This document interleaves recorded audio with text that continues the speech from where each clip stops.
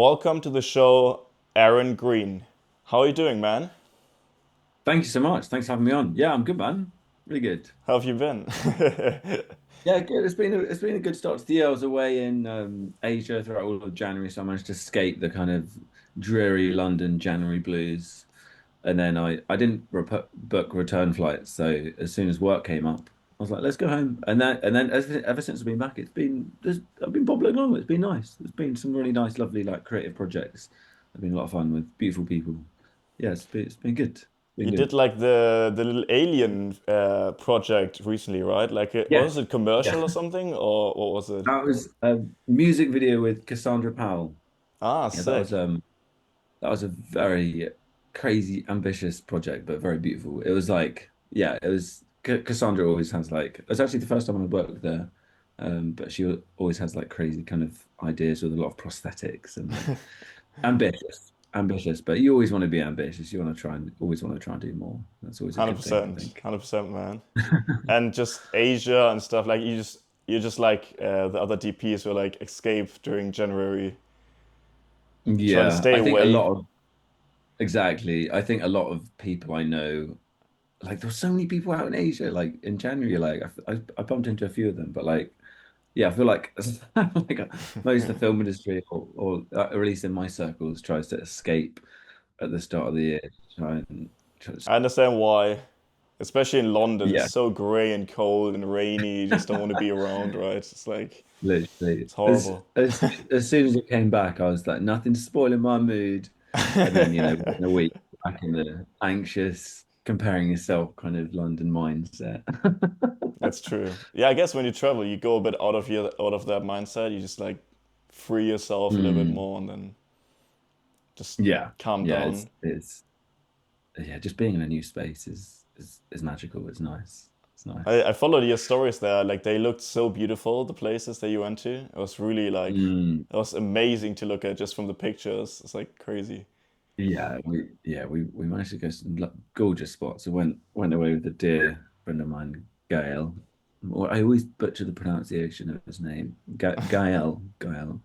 He's a producer and he's great.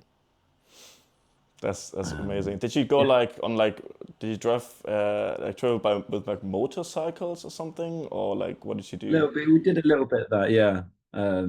We kind of he just sat on the back. He didn't want to ride one, but like, Fair. yeah, I did ride in mopeds around Asia. It's a lot of fun. Freedom, absolute freedom. Yeah.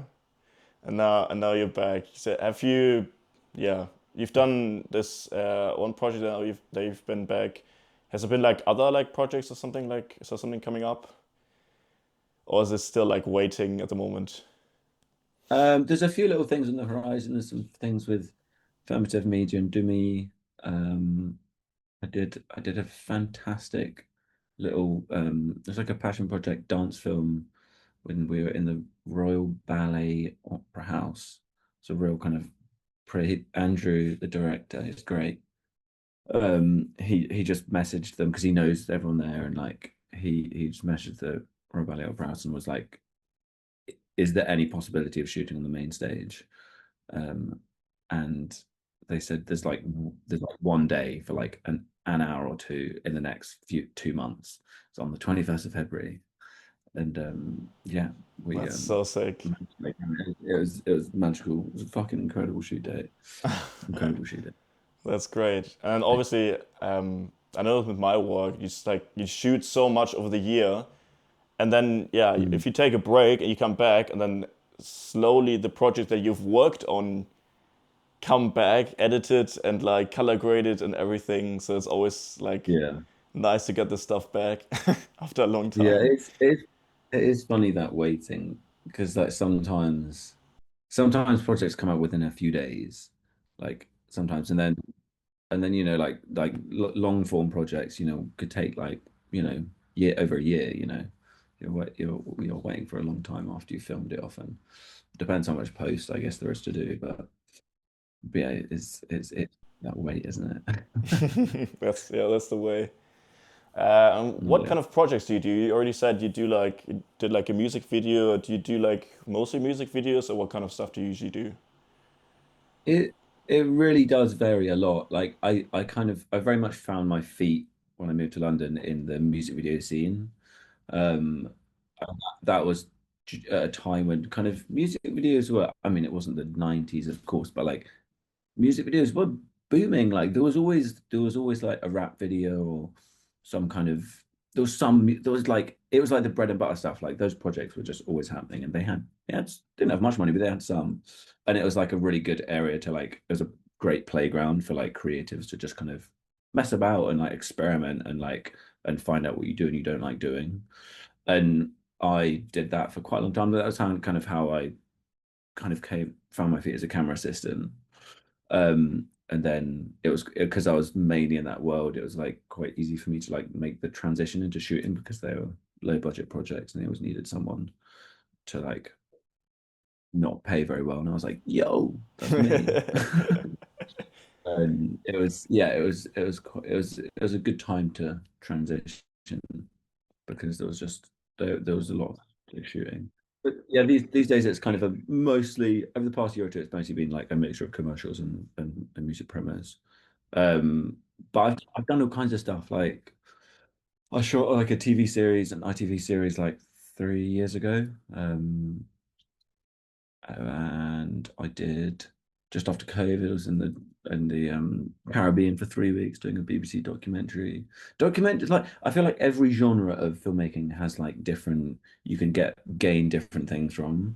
Yeah. Like documentaries are seeing the world. And it feels like you're really like making a difference. So like you're telling real stories about real people, and it's like it feels like you're making meaningful work, which is a beautiful thing. And it's also just, seeing how light naturally falls on things is always it's you learn a lot in that respect. And like Working fast, I and imagine. say that again. Like working fast as well. Like Yeah. on the spot with minimal equipment. Yeah, I thought music videos were the Wild West, and then I did a documentary for 3 weeks, and I was like, oh, okay, no, documentary is the Wild West. It's crazy. You don't have a team. You're just very like run and gun. You're doing like everything yourself in the middle of nowhere.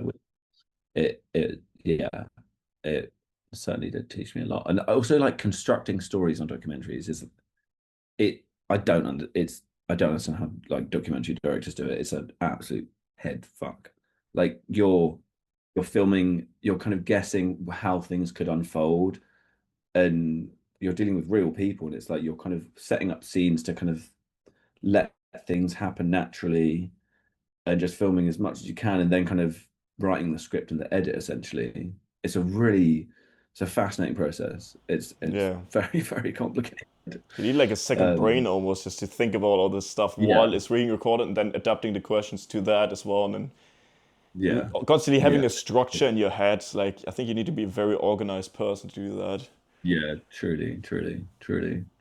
But yeah, then like then with like short form, like music videos and commercials, like I find it such a good playground.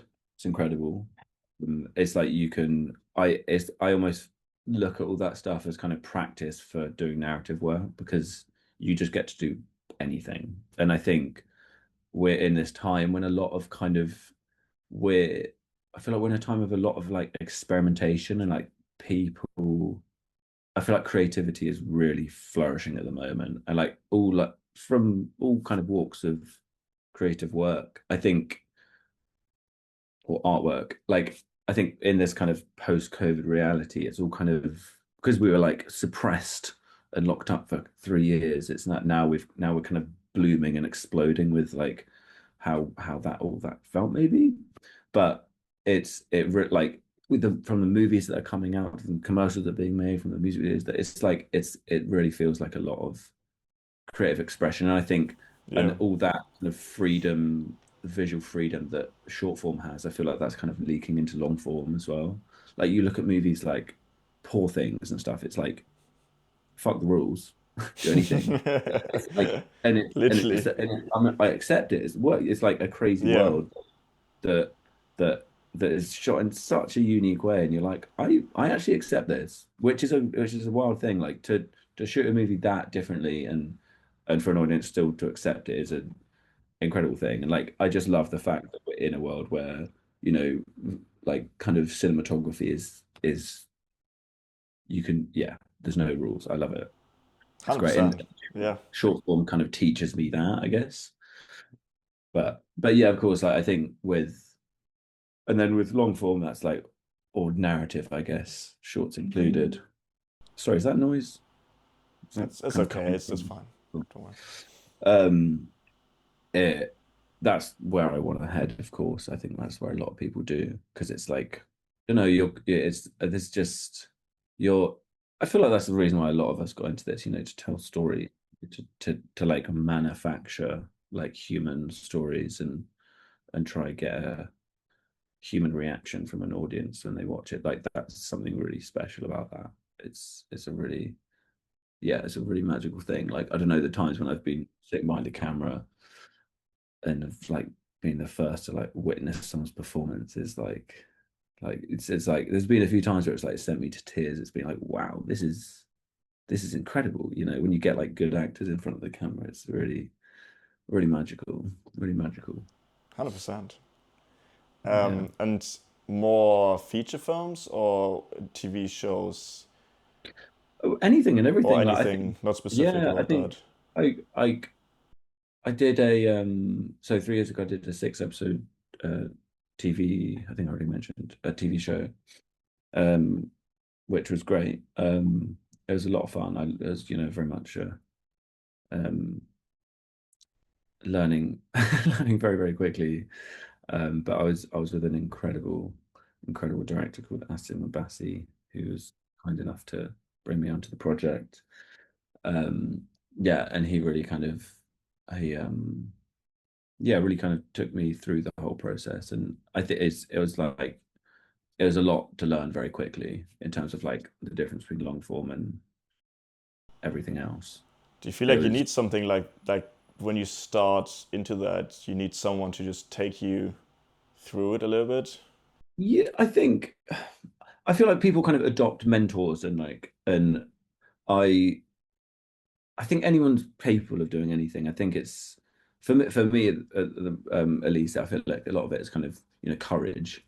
But it needs to you I feel like it helps having people being like this is just don't need to worry about this because there's these things can happen and like I when I used to trainee I trained for Benedict Spence DOP who when I was prepping the TV show he kind of put my mind at ease about a lot of things and said just really useful things that it was like read all the scripts over and over again and then like as soon as do as much prep as you can but as soon as the schedules come out like that's when your work starts like that's when you like that's when you're kind of you do as much creative work as you can and do the shot list and hopefully finish the shot list in time which we didn't and then and then it's like as soon as the schedules come out that's when your kind of technical logistical work starts. So that's like when you like need to book Steadicam for specific days or equipment needs to be hired for particular days and you need to kind of and it because it's like you're always shooting stuff out of order so you need to kind of work out to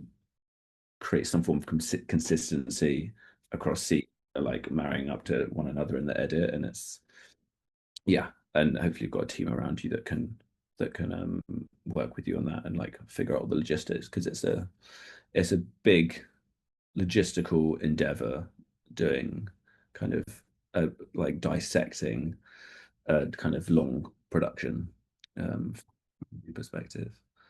But yeah, it's a really fun challenge though. I love it. It's How great. many days did you have to prep this? I think it was I forget now, it's quite a long time ago. I think it was like maybe 3 months. 3 months. I mean, I barely got paid for any of the prep days, like Yeah. a few days. I wasn't, I need to didn't want to fuck that up. Yeah. That's But fair. I think it was I had a few weeks of like reading scripts and then yeah, it we quickly ran out of time. Your shortlisting always just takes so much longer than you think.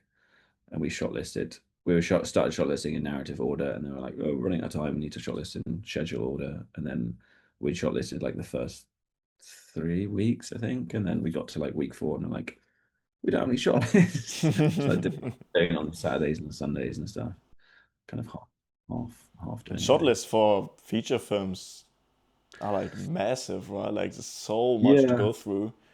yeah. How does it like look like when you do like a shortlist with a director? Like, does the director mostly come up with the shots and you just like see how doable they are, or like how was it for you? Like, what It was it? really it really depends on the director and like how they like to work. I think, often directors ask me how I like to work, but it's kind of it's like some like when I used to do a lot of short films with Charlotte Regan, like she'd like to be in her own creative headspace so she can like just take the time to focus and do it herself, and then we meet up and do it together. Some directors like to do it together, like Precious Alabi, a fantastic director. I did a short film at the start of last year.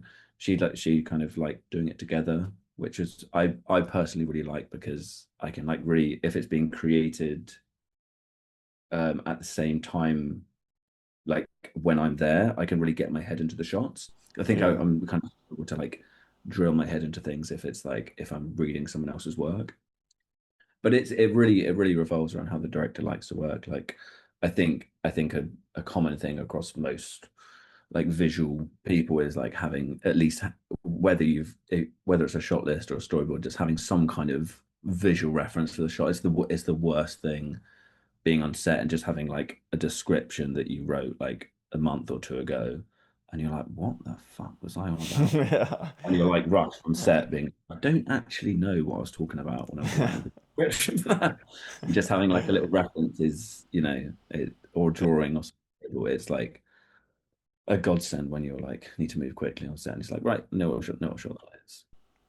Um, And that's but yeah, ultimately the plan, right? That's why you do a shortlist to be able to move as quick as possible on the shooting days, right? yeah, exactly. I think so much for me, what shot listing is about is shot listing and storyboarding, or whatever it is like questions and ideas come up when you're chatting to directors about it that you would never and otherwise end up talking about. And it's like the more you chat about these things, whether it's like references or storyboarding or like watching movies or chatting about scenes in movies, it's like you my aim is like get into the director's head and really understand every kind of detail of what they're going for and how they want to tell these stories. So it's like and shot listing, you just end up when you're talking about the movement or what like lens size you should be on and how like wide the frames should be and how much of the character's body you need in frame and how much of the body language you want to see, like how physically close the camera is. Then like you just end up like chatting about these things that are so useful to like help understand how it visually feels and like how you're representing these characters in these environments. Like it's so useful, so useful. Yeah. It's also for other departments, right? Like for all the other departments, they need like to know what you're gonna do when they have to build a set, or like for the gaffers to light or the riggers to build the rigs and stuff. Because it's like when it ultimately goes to shit on set, which it always will, Yeah. it's like you're both when you're trying to move really quickly and you're coming up with like ideas for shots or different solutions to do it quicker but in the same creative way. Like you're both moving towards the same vision, and it's like you know what's required, and it's like that's like the most beautiful thing when I understand exactly what a director needs from it, and you kind of you're kind of making things up on the spot, but you're doing you're serving the story correctly. And if I don't know exactly what the director needs, we're we're driving different races. That's a okay analogy, I guess. We're going in different directions, which would never be a good thing. Yeah. 100%. And was it shot digitally? So Was it shot digital or on film? the TV Yeah. series on digital, yeah, on the beautiful mini. Do love the mini. Um, yeah, I think because it was a horror vampire comedy set in the Pakistani community in Hounslow. Um, and we always had a lot of night scenes, which was a real challenge. Um, and I was quite worried about having enough exposure for these night scenes because we didn't have a huge amount of money to like and time to light all of them to a large extent. I think I was very well aware that I needed to, as much as possible, use like available street lights for the backgrounds. We couldn't afford to buy like genie booms and cherry pickers, and that was never going to be a thing. Um, so it was, for the night scenes, it was a lot of kind of, putting a backlight up behind a hedge and putting blackout over the stand and hazing it out with an R10 to try and hide it as much as you can. It was, and I ended up kind of deciding to shoot it the whole show at 1600 ISO on the Mini, which was not something I'm going to do again. Why? I used to shoot a lot of music videos like at 1600. I was like, I think back then it always felt like when you put grain on footage, it always felt like it was kind of layered over the top, and I was let's shoot with grain in camera. And then obviously shooting high ISO, you're kind of getting more information in the highlights, so it's like closer to a kind of celluloid energy. But I think that is fine on promo. It's like you can get away with that. I certainly have been bitten a number of times with that as well, though.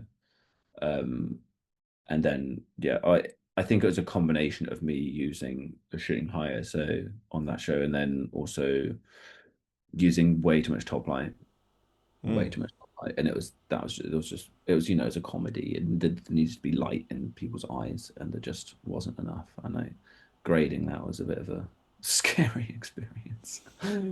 Well, shooting, I can imagine shooting something like a vampire film, but funny. So well, brightly lit, but it's dark. Like the whole mood is meant to be Mm. dark. It's tricky, right? Yeah, I think our kind of marriage for that was like it was a marriage between like kind of like vibrant colors, but kind of leading into like really like leaning into the style and the kind of the darkness of it, but kind of giving it this vibrancy. But obviously, faces still do need to be lit to a certain extent.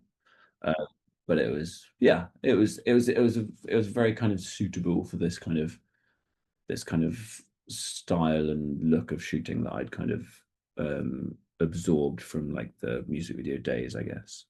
Very kind of colorful and very out there. But it is funny, like like now looking back on that show, I'm like, wow, like this isn't. I would. I it's it just I'm looking at it and being like, this doesn't tell the story. Like it's just like, yeah, just you learn a lot quite quickly, I think. Yeah, And yeah, it's yeah, I it, bet. what was I doing?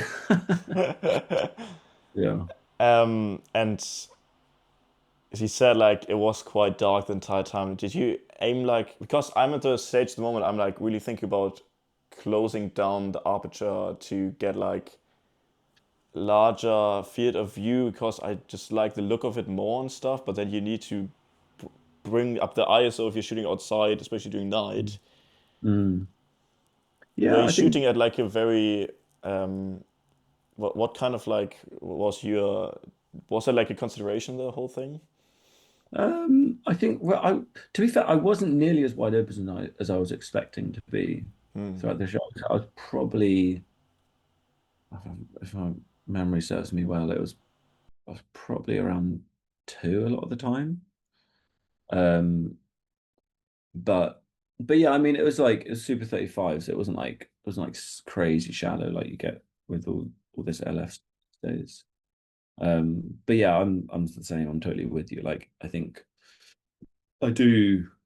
I think things can be too shallow in the background sometimes. I think like some it suits that there's something about large format and that kind of the the focus and the depth of field of large format that feels quite photographic, and it was like like the kind of large format photography, which is a really beautiful thing, and I think can really suit some projects. But yeah, it is. I think I hate it when there's just an ocean of just out of focusness in the background. Like Yeah, I hate that as well. you want to see Yeah. something. Yeah. Like, can't just be like a blurry mess. But for me, it's Um, always a sign of quality if they're able to have the range like a big. field of that's in focus. So a Mm. closed down aperture is always like in the older films. I guess with film it was more like that. It was more natural that it happened. But then Mm. when it came to digital, it really went like you have to like what two conversations between two people, and then it just focus shifts so noticeably to the one person, the person completely out of focus and behind. Yeah. Like I kind Yeah. of want to watch. I want to look at the room. I want to see what like where they are and Mm. stuff. Yeah. Yeah. There's something so it's a bit of a pet peeve of mine, like kind of there's times it can be done very well, and obviously there's like plenty of movies over the years have done it incredibly, but like there's something I hate about like just a focus pull from something to something. I'm like, that's kind of it feels like a little bit of a lazy like technique, being like, oh, look at this, look at this. It's like look at this, now you're looking at this. I'm like that I don't know, when I watched All Quiet on the Western Front, that really because as far as I understand, there's no like I'm sure there's focus pulling on it in terms of like tracking with a character or whatever, but like there's no like literal focus pulls from something to something in that film. It was like a real deliberate thing that they decided to do, and it like I loved it. I don't know, I really inspired me, and I was like, I want to do that, and I just want to like it just feels like a more kind of it. I don't know because we're always trying to replicate what our eyes do in so many ways. Well, not replicate, but like but create a feeling of the experience of what it is to be human, I guess. Um, and I don't know, you're never really in situations where your eyes like like obviously it does that, but you don't notice it. So it doesn't feel like a very natural like tool to use to represent how we see things because you never notice your eyes doing that. It's like Yeah, it feels a it's bit like cut. forced. Yeah, exactly. It's like cuts, for example. It's like, when you're looking at things, your eyes like darting, your eyes aren't going "Woo," like slowly moving, they're not like panning around.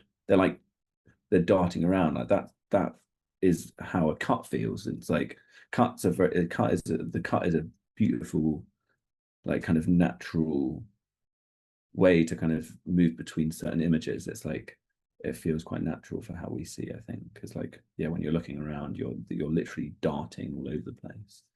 And then all that stuff about the what's the perfect lens like that represents our field of view. I'm like, well, there isn't one. It's like surely it's like I know it's like it's the kind of the university kind of college thinking of things, but like it it's different for all different scenarios. Like when you're looking at a vista, a view of I don't know, a cityscape or a landscape, you're like zooming so far into things. Like it you might be on a I don't know, a 600,000 mil lens in quotes if you like. And then when when things are up close to you, you're on a wider lens in quotes. It's but it's and I guess things do go into your peripheries quite quickly, but it's yeah, it really depends. And then like when you're it's I think it is a fascinating thing, kind of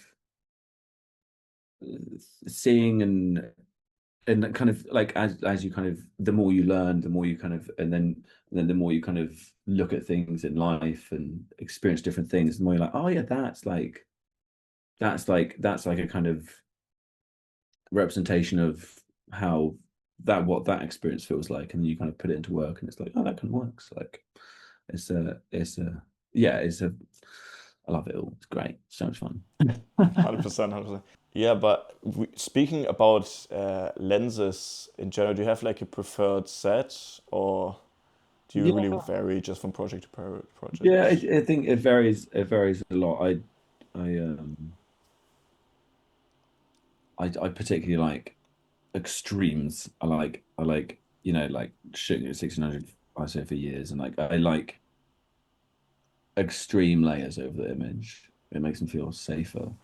So like I don't know, I think my set of lenses that I steer to a lot these days is the Canon SKs. That I think they might just be the dirtiest set of spherical lenses I've found. One stop, I've got Fucking beautiful set of them. Oh, focus. My focus brothers hate them. So Aaron, there's nothing in focus. I'm like, yeah, don't want anything in focus. I want the whole thing to be not even in the fucking middle. I love it Why do they make you feel more safe? because like when I was starting out doing like music music videos, I think not these days. I think I feel like fairly confident these days with my kind of workflow, but like I think when I was starting out, I think the thing I was the most scared of was lighting. And it if I was shooting on a really dirty set of anamorphics like we always used to shoot on, rarely shoot anamorphic these days. I feel like it's slowly coming back, but we used to shoot a lot of anamorphic back then, and it was, like the on the Cowas or the Lomo round fronts, like really dirty lenses, and it's like once when you got a set of lenses like those, it's like you stick a backlight, you flare it up, and it's like it's gonna look It like looks good, yeah. it look pretty lit, like it look pretty cool, like, and then it's like it makes me feel safe. I don't need to like the lighting for me. It doesn't need to be like as perfected, and it kind of it just made me feel a lot safer, I think, back then. Hmm. But now I'm, hopefully a little bit better at lighting. I would hope. um, that I don't really worry about those things anymore. But but still, I do really like. I think it's this it's kind of the age old story these days of we were in this era of celluloid, and it had this beautiful texture to it, and it had a nice layer over it, and now we're in this era of like incredibly crisp, sharp images, and like all these lenses that were, Panavision were fucking chucking in the skip, like the um K35s, like, suddenly people want them because they want to dirty up what we now have as like really crisp sensors, and we're trying to kind of recreate that feeling that cinema felt to us, and I think also I think so much of filmmaking is. I was talking to an editor about this the other day.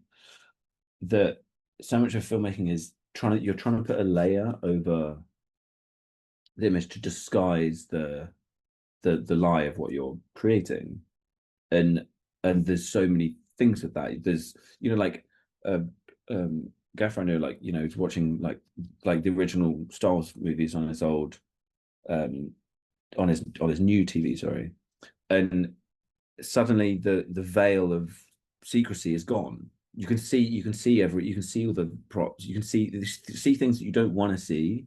You need a layer of disguise over the image to kind of hide things. And it's and like dirty lenses and thing and grain. It's like it's all things to kind of let everything blend and appear as one.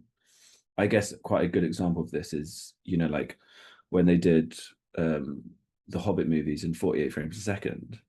Like it's past the perception of what our brains can experience. Like, because like 24 frames a second is another thing that allows us to hide stuff because our brains can experience it. I think our brains have the capability to like see something between 24 and 48. I believe, don't hold me to that, but like with at 48 frames a second, you can almost see into the screen. And suddenly, like when I watched The Hobbit, I was like, what? Like suddenly I could literally just like Hmm. that's real, that's VFX. It's like so easy to spot. Like it'll be like a conscious thing, but like subconsciously you're like, okay, that's not real, that's made on a computer. And 24 frames allows us to hide that. And grain again allows us like, or some form of like texture over the image. It doesn't necessarily have to be like grain, allows us to hide that, shooting, like all this work that's done on volumes now, it's like the most incredible thing because you can like this, like the magical work that Greg Fraser did on the Batman film. It's like you can use a really vintage old set of lenses on a volume, and you've got it's all as one. It's there's this extreme layer over it, like those like rooftop cityscapes they did on volumes on that Batman movie. looks so good. Like there's so Yeah. much, it, like it blows my mind. Like 100%. Yeah. that's not easy to make volumes look like have that much depth. It's a real talent. But yeah, I think so much of it for me is just, you know, having layers over it to kind of hide things. Um, but To yeah, hide and also to give it a character, right? Like to give it yeah, like as one. yeah, Also, I feel like when you shoot with specific lenses, you there's yeah, it's very easy to create a more different look than what we see mm, from our eyes. mm, And I think that's usually the goal from filmmaking, like try to like get away from what we see with our eyes because it's boring. We know what we, mm, so we're not shooting the like eye level like that much. We go like low with the yeah. camera and stuff, Yeah. or But different. it's a fascinating thing though, because it's like we all see very differently. Being like Roger Deakins famously, you know, loved like always just shot on the master primes and like famously loved sharp images. And you know, his reasoning was because he's got a good eyes, he sees things sharp, so he wants to create sharp images, which is like that's like it's incredible. And like Yeah. you know, obviously no one can argue with that man. Uh, and like, you know, he's got some of the best lighting of, you know, the of cinematographers like our age. And like that's what kind of allowed that lighting to shine through, I guess, was his crisp images. But it's like I guess in so many ways he grew up in an era where he didn't have crisp cameras, where like, you know, celluloid and it was gritty, and like he wanted he then kind of later in his career kind of these crisp images came into existence. And but like I guess I'm of this kind of way younger generation of DPs that like is has grown up with those crisp images in so many ways. And it's like the opposite in a way. It's kind of fascinating, like um yeah, yeah. But it's like, yeah, we all see differently. And I think that, you know, that's what, you know, we get hired for the specific ways in which we kind of like to do things, which is, you know, you try and be as true to yourself and as true to the story as you can. But Yeah, yeah, definitely.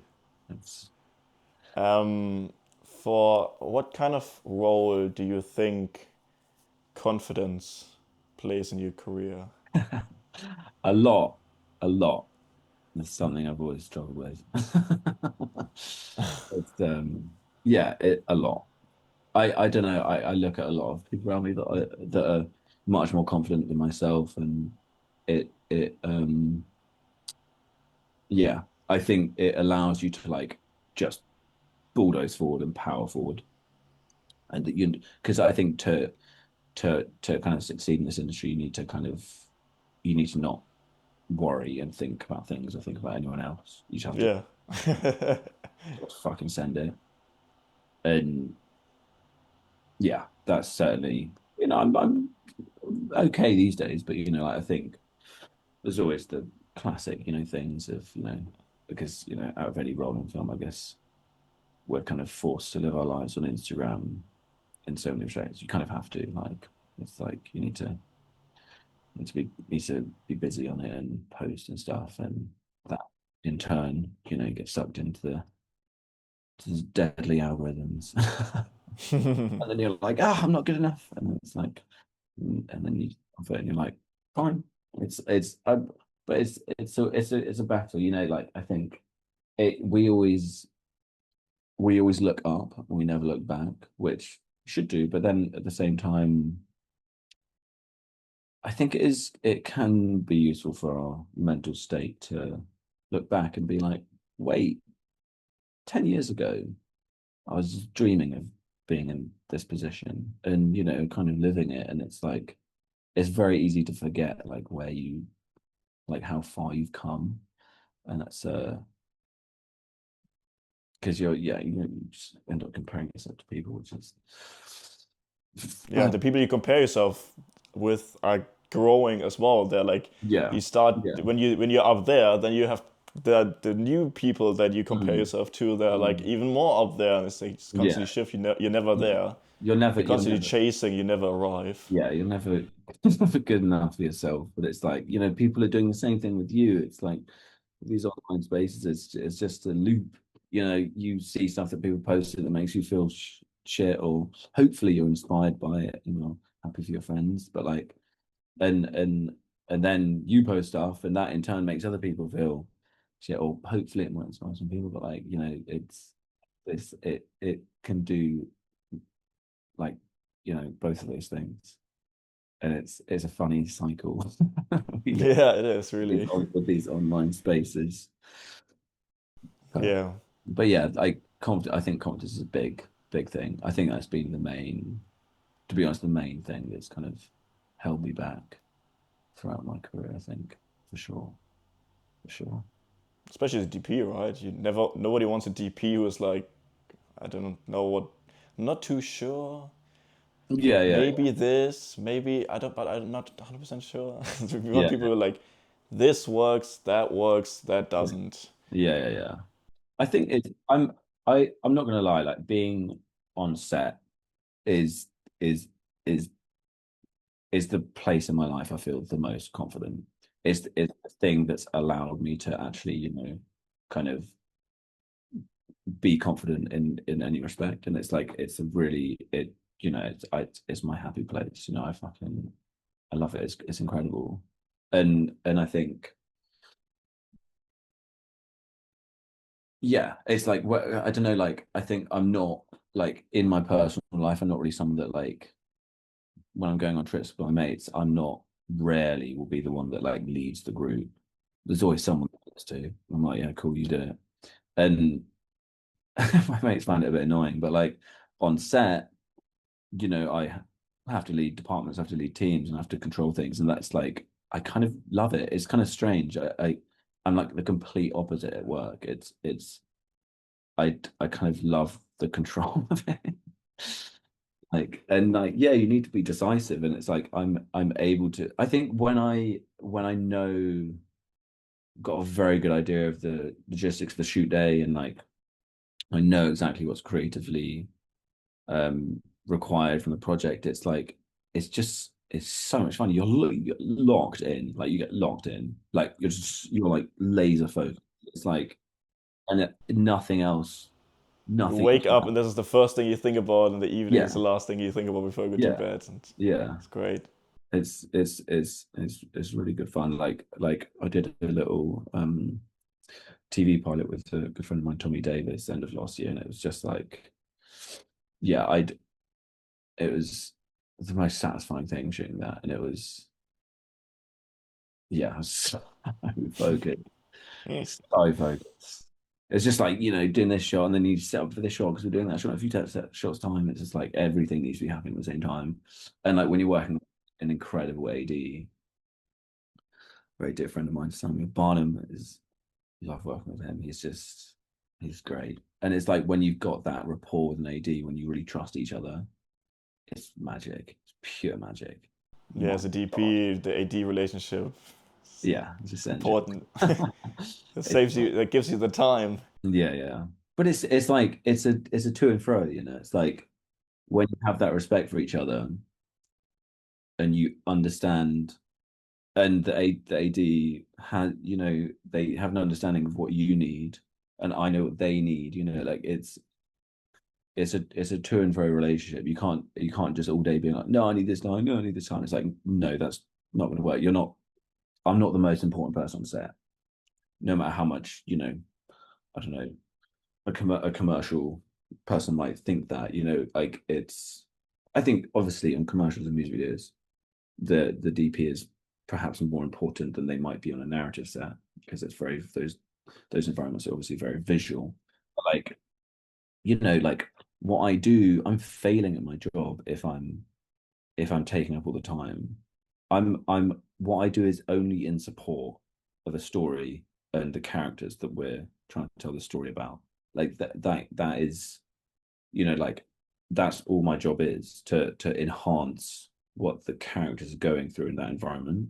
And if I'm taking too long and I'm not giving them enough time for takes or all that kind of stuff, or not giving the director enough time to do anything that they need to do, I'm failing. This is something that Ben Spence told me very early on. It's like, if like do as much as you can with the time that you have, but like ultimately, you know, someone, an audience member isn't going to notice if a light is slightly not how you want it to be.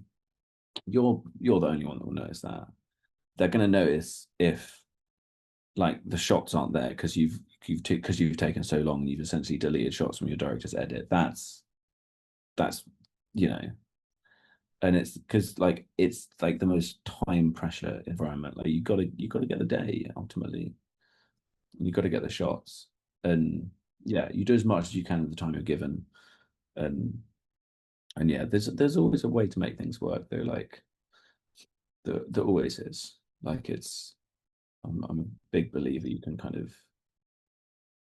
yeah. I think working on music videos for years really taught me how to you know work quickly and get the day because yeah, that's kind And of work in every kind of environment, I assume. yeah, yeah, literally, literally.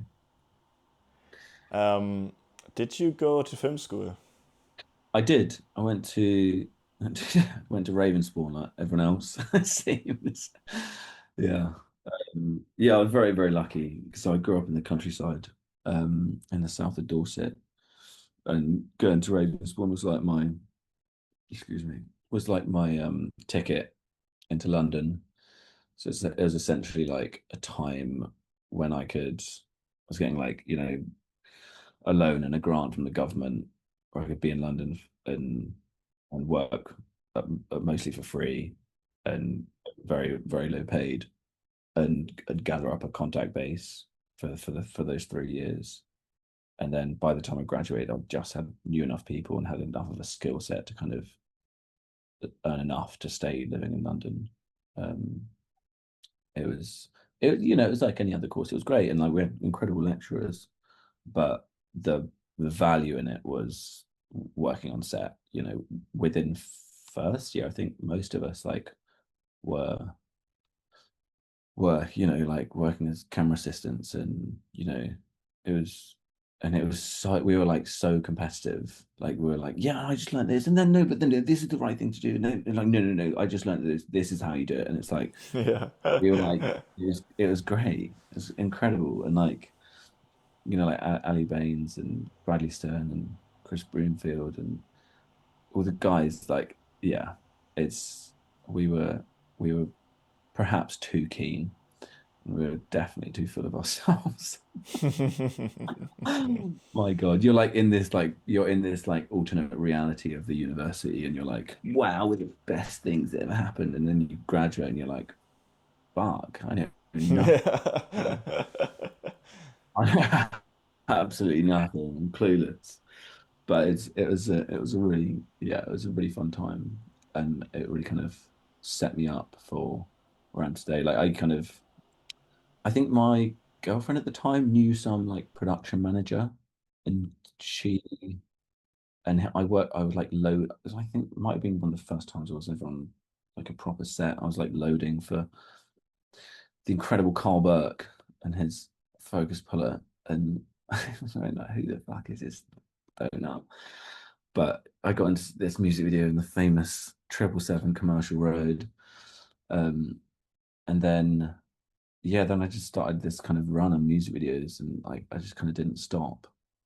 How did I you do it? Did you like message like did were you like connected with directors already, or did you reach out to bands, or like what did you do? so this it was literally just the kind of the rap video like boom, I guess. It was there was I as soon as I worked on that, I met the producer called Antoine, and then he was like, "Are you available?" Because it was like, there was never much money in those projects, and it was like, "Are you available for 100 quid to load or focus on X project?" And he was like, "You available on Sunday and Monday and Wednesday?" And I was like, "Yeah, yeah, yeah, yeah, I'm available." Like, "Oh yeah, I'll Get me come." all Like, on those I'll days. pay. Oh yeah, yeah, yeah, to anything. Like, I'll be there. Yeah. I was gagging to be on set. Like no matter if it was free, I don't care. Like just I'm there, you know. And and then I met a guy called Luke, the incredible famous Luke Biggins. I met him, and then I focus pulled for him for like 3, 4 years, maybe. And like Mm. we went all over, man. Like it was, it was like very kind of run and gun, focus pulling, one man band, like But we were all Spain and Switzerland and God knows, yeah, we Nigeria. Did I never went to Nigeria with Luke. Went to Nigeria with Medji first. But yeah, it was busy and like I don't know, like I never yeah, it just kind of happened. And then obviously I was doing like so I was like camera assisting and then doing the stuff at uni, like shooting like short films and stuff with friends at uni. And I was very, very lucky enough to be on some wicked projects at uni. Like there was a friend of mine, um at uni, Jack, who couldn't do this well in second year, couldn't do this project in Nepal with this Nepalese director who was in third year. And yeah, he couldn't do it. And he was like, "Do you want to do it?" I was like, "Yes." Do I want to short film in Nepal? Like, hell yeah. Fuck yeah. And then yeah, so I went out in second year. It was like it was crazy. Like there's so many incredible people, and they were just like wanted to make shit. And I did, and then in my third year, we did another film with the same director out in Nepal, which is just like just incredible experiences. And yeah, like, and when you're learning and when you're doing stuff, you don't really understand how to make a nice looking or appropriate looking image. But when you're in somewhere like Nepal, everything just looks good. When you got Yeah, landscapes everything like is that, nature and crazy. put the Yeah. camera up and it's like, cool, job done. Like it does the job for you in terms of like Yeah. making it look good. Not sure about it being appropriate storytelling. Like I didn't really know anything about that at the time, but it certainly looked good. But yeah. And so yeah, it's I graduated from film school like I think now almost I think 1.5 years ago or something. Wow. So Uh, where did you yeah, go? it's a London Film Academy in Oh Fulham. yeah, It's so like it's it's like that's I know it. there's a lot of I feel like there's a lot of good people that come from there. Yeah, there are a few like some people. I think ultimately from our course, only 10 people are still making stuff now Mm-hmm. out of 50. Um, Yeah, yeah, yeah. I think yeah, it like declines rapidly and stuff. But yeah, just Yeah. but what I found really important was like that you just need to like keep. You need to already start working outside of film school as soon as you start film Mm. school, Yeah. Yeah. God, right? that would have been so terrifying if I'd finished uni and I'd been like, okay, I need to. Yeah, no, nobody Yeah. except the people from film school. Yeah. Shit. It's I guess it's like there's no, and if anyone might be listening to this that was like, oh shit, I need to go to uni, like you don't at all in it. Like you can, I think it No, just you depends don't. the Yeah. environment you're in. I think the tricky thing with the film industry is you need another form of income really, or a way you can live for cheaply. Like in London, like for the people that grew up in London, they've got family here, like that's a real blessing. Like I certainly didn't have that. And but you, especially with how competitive it is these days, you Yeah. need the ability to work for a very small amount of money because no it because there's so much crew and there's less work than there used to be, that there's so many talented crew who are really good at what they do that are available. So it's like you're just why would you have no reason to like employ someone and pay them the same amount when you could get someone who's really experienced.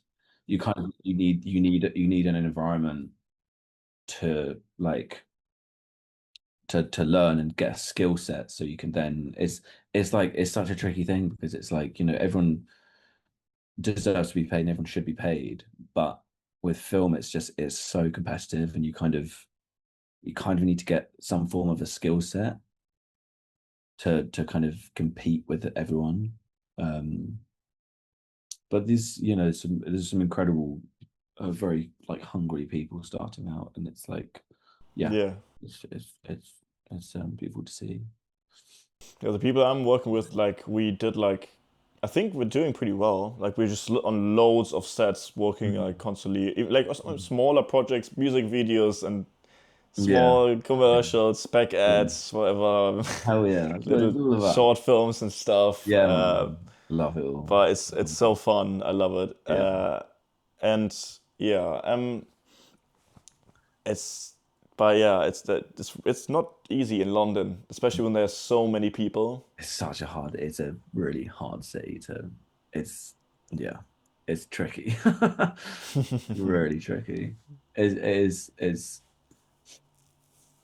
yeah. I wish I could say it's like a like a really like I think to be honest, I think the main thing is just having a good attitude and just being hungry to learn. That like like I'd so much I say this to people so much of the time, like I'd so much rather have someone that doesn't have the skill set but is really hungry to learn and has got a beautiful attitude than someone that does know what they're doing and has got a stinking attitude.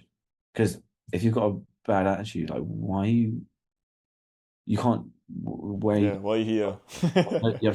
you have no growth. You have no ability to grow if you've got a bad attitude.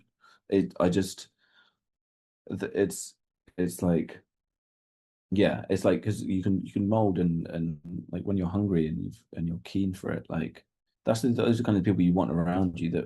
That I think film is it's very kind of departmentalized and like you kind of ideally want someone that is just like yeah I'll do that, yeah I'll do that, and it's like um yeah, and yeah, it does feel a little bit hard to find those kind of people, but they are about, and it's like I think that's definitely the main thing. I think it's always a worry that in the beginning, like I don't know this, I don't know that, but like the technical knowledge that comes, like as long as you're keen to learn, like I've obviously I've obviously been that trainee when I was working for Ben that like like it's like can we get this on the camera truck on the radio, and I'm like running to the camera truck being like fuck I don't know and I'm like, what am I going to do?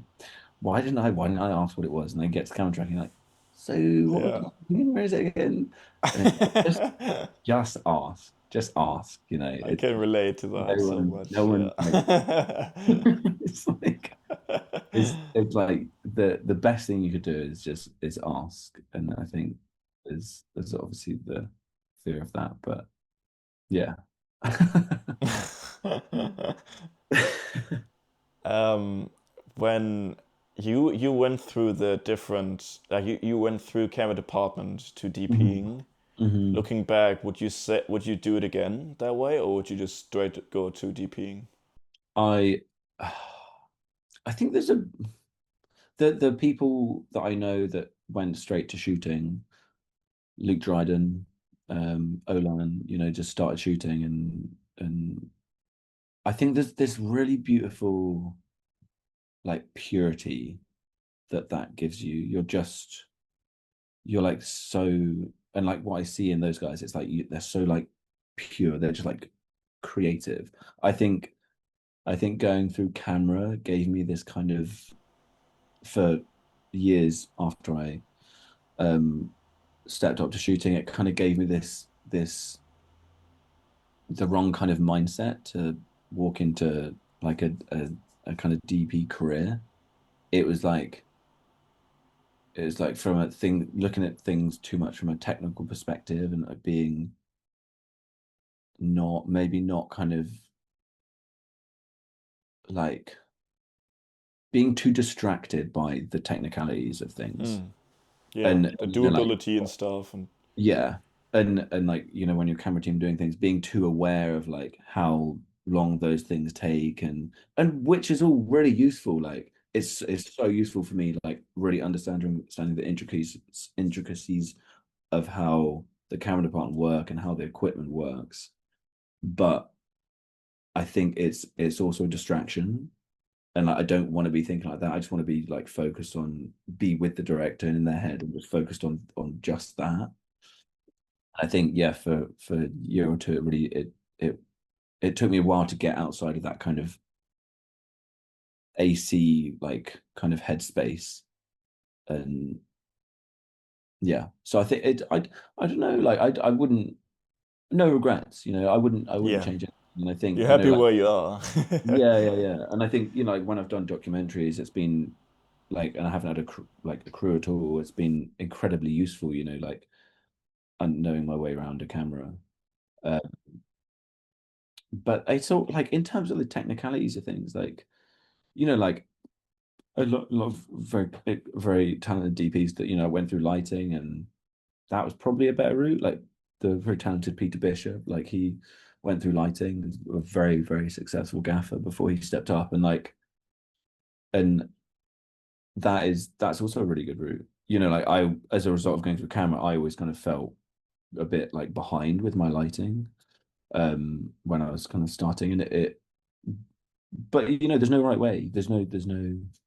I think people, whatever feels right to them, like whether it's just starting shooting, or whether it's like for example with Luke, like I look at him as being this kind of pure creative soul, but then like I guess the benefit of like starting through camera is you get to like meet people and meet rental houses and meet crew and like set, and you've got kind of a space of people that and I think that certainly for me when I stepped up, it felt like a very welcoming environment, and like rental houses were willing to help me, and crew were willing to help me. It was like shit, I never kind of expected this. And then like so like the directors I was on set for, like working as a camera assistant, were you know and the DPs that were on those sets put me forward to directors. I was like, what? Like it was all it's very beneficial meeting people, and like any role on set before you do what you want to do, it is invaluable.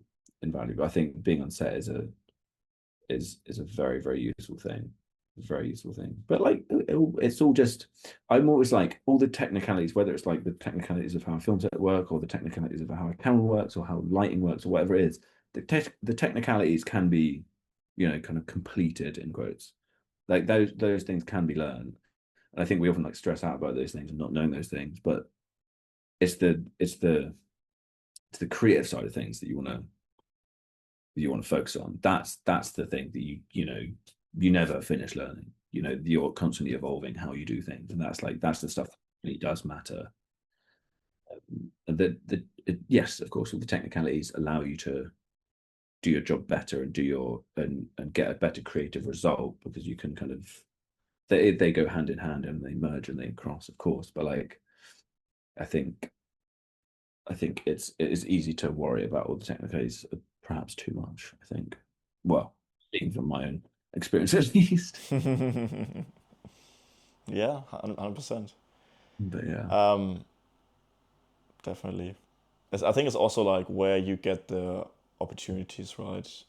If you get an Yeah. opportunity there and you take it and it leads you this route, you meet these Yeah. people, you get sucked into this circle, and then Yeah. I think it's funny, I feel like people are always looking for like the answer, or like this how what's like the way to get in, or it's like there is no way. You just yeah, do. You just do and do and do do. and see. Say yes to fucking everything. Yeah, Like everything. yeah, Like be the person that's going to be there.